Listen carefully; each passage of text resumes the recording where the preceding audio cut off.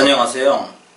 이번 시간에는 파닉스의 진실에 대해서 말씀드리고자 합니다. 파닉스 하면 정말 드리고 싶은 말씀이 많습니다. 왜냐하면 우리나라 영어 교육을 망치는 제일 큰 주범이기 때문입니다.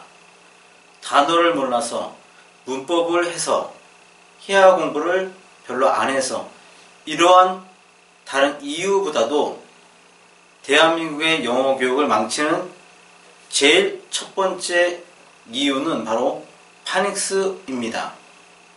파닉스는 흔히 말하는 문자를 읽기 위한, 영어 단어를 읽기 위한 문자 교육 또는 영어 소리를 익히는 소리 교육이라고 알고 있습니다만, 진실은 파닉스는 문자 교육도 아니고 소리 교육도 아닙니다. 그 결과는 지금 영어를 10년, 20년 배운 성인들입니다. 파닉스를 배웠다고 해서 영어 단어를 잘 읽을 수 있는 것도 아니고, 파닉스를 배웠다고 해서 영어 소리를 잘 들을 수 있는 것도 아닙니다. 제 말을 듣고 보니 그렇지 않습니까? 문자 교육도 아니고 소리 교육도 아닙니다. 그러면서도 모든 대한민국 사람들이 영어를 처음 배울 때 가장 먼저 배우는 것이 파닉스라는 것입니다. 자, 이러한 파닉스에 대해서 진실을 말씀드린다면 세 가지로 우선 말씀을 드리겠습니다. 진짜 처음 보는 영어 단어는 파닉스로 읽을 수가 없습니다. 이것은 원어민이 와도, 파닉스를 가르치는 선생님이 와도 절대 읽을 수 없다라고 하는 겁니다. 두 번째는 파닉스의 역할은 단지 그 단어를 어떻게 읽어야 되는지 힌트를 주는 거에 불과하다고 하는 것입니다. 세 번째는 파닉스는 결국 돈벌이 수단으로 전락했다는 것입니다. 학원을 하다 보면 많은 아이들이 이전의 학원에서 파닉스를 몇 개월 배운데도 불구하고 영어 단어를 읽어보라고 체크를 하면 영어 단어를 못 읽어서 다시 또 파닉스 교육을 해야 되는 그런 악순환이 생깁니다.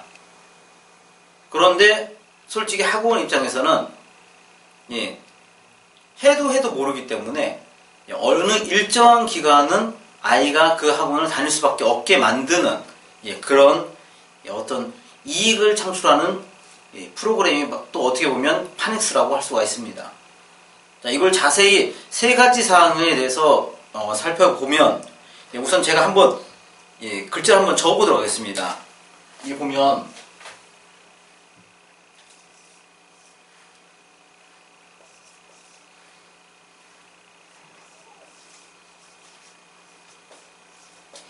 자, 이렇게 사전에 없는 아주 새로운 글자를 보게 됐을 때, 처음 글자를 보게 됐을 때 파닉스를 아무리 잘 알고 있는 사람도 절대 이 글자를 읽을 수는 없습니다. 왜 그러냐면 우리는 파닉스로 영어 단어를 읽는 것이 아니라 진실은 들었기 때문에 읽는 거라는 것입니다. 들었기 때문에 남들이 누군가가 이 단어를 읽은 걸 들었기 때문에 내가 읽을 수 있는 것이지, 진짜 처음 보는 단어라면 나는 읽을 수가 없다라는 겁니다. 나뿐만 아니라 원어민조차도 이 단어를 읽을 수는 없습니다. 그것이 파닉스의 진실입니다.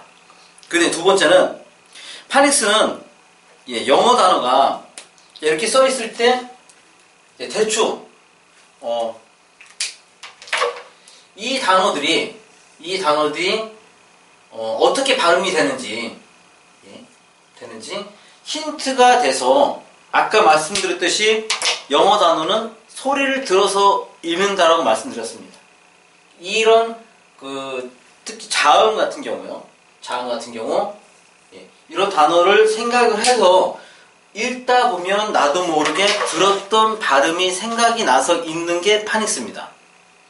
파닉스 자체가 아니라 단지 힌트를 주는 겁니다. 그래서 CH 이런 거는 어떻게 됩니까? 취 발음이 날 수도 있고요. 그 다음에 쉬 발음이 날 수도 있습니다. 다른 경우에는 크 발음도 나죠. 크리스마스 같은 경우는 그런데 만약 크리스마스를 처음 보는 사람이라면 그 단어를 읽을 수가 없어요. 하지만 크리스마스를 많이 들은 사람은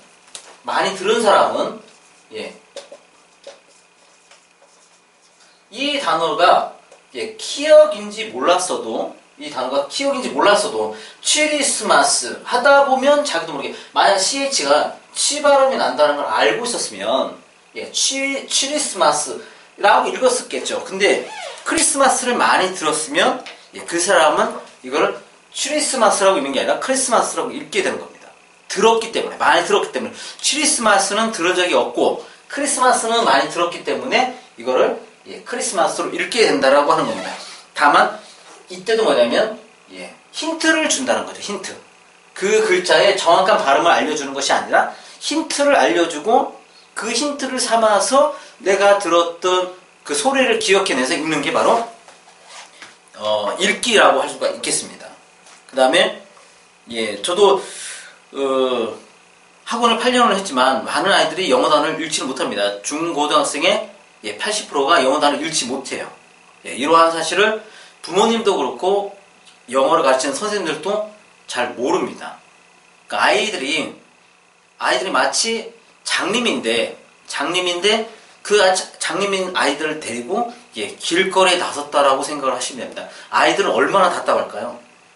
선생님이 설명하는 영어, 그 어렵고 어려운 영어 문법에 나오는 영어 단어들, 그 단어를 읽을 수가 없는데도 불구하고 거기서 무슨 용법 용어가 나오고 해석을 하고 아이들은 깜깜한 동굴을 헤매고 있다라고 생각을 하시면 됩니다. 자, 그렇게 된 이유는 뭐냐?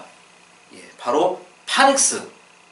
문자 교육도 아닌 파닉스를 가르치는 바람에 아이들이 스스로 영어 단어를 읽을 수 없게 만들었다라고 하는 겁니다. 이러한 사실을 빨리 깨닫고 파닉스는 어디에도 도움이 안 된다는 겁니다. 저는 이제 그 영어 공부를 두 가지로 분류를 합니다. 학습 영어, 그 다음에 언어 영어. 학습 영어는 읽고 쓰는 영어고 시험을 위한 영어라고 할 수 있겠고요. 그 다음에 언어 영어는 우리가 흔히 듣고 말하는 영어 회화.